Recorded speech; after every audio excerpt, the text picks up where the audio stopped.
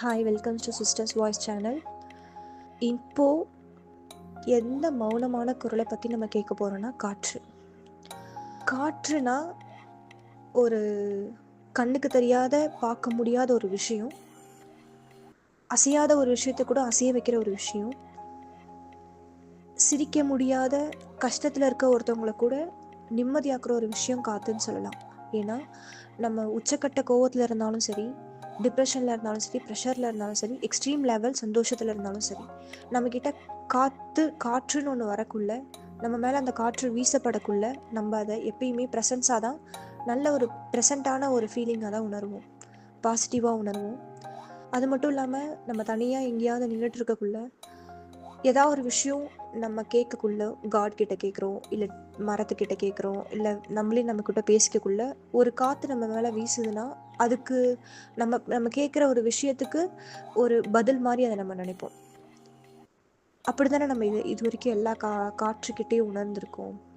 ஆனால் அந்த காற்றுக்கு ஒரு குரல் இருக்குது.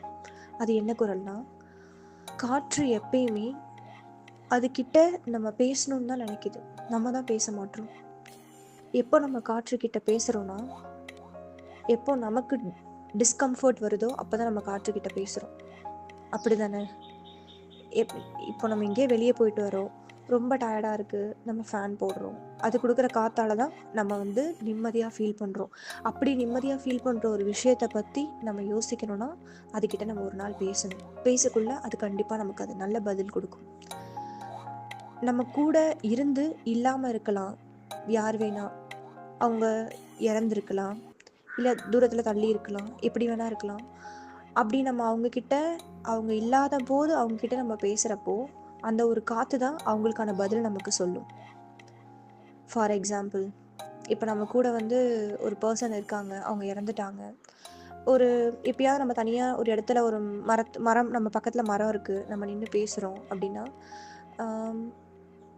நீங்கள் இருந்தப்போ எனக்கு ரொம்ப நல்லா இருந்துச்சு, நீங்கள் இல்லாததை இப்போ நான் ரொம்ப கஷ்டமாக உணர்றேன், உங்கள் கூடயே நான் இருந்திருக்கலாம் அப்படின்னு சொல்லிட்டு நம்ம பேசுகிறப்போ, அந்த காற்று நமக்கு அதுக்கான பதிலை சொல்லும்.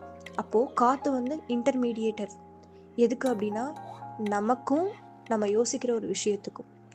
தேங்க்யூ ஃபார் வாட்சிங் us sisters voice channel and continues to the next video.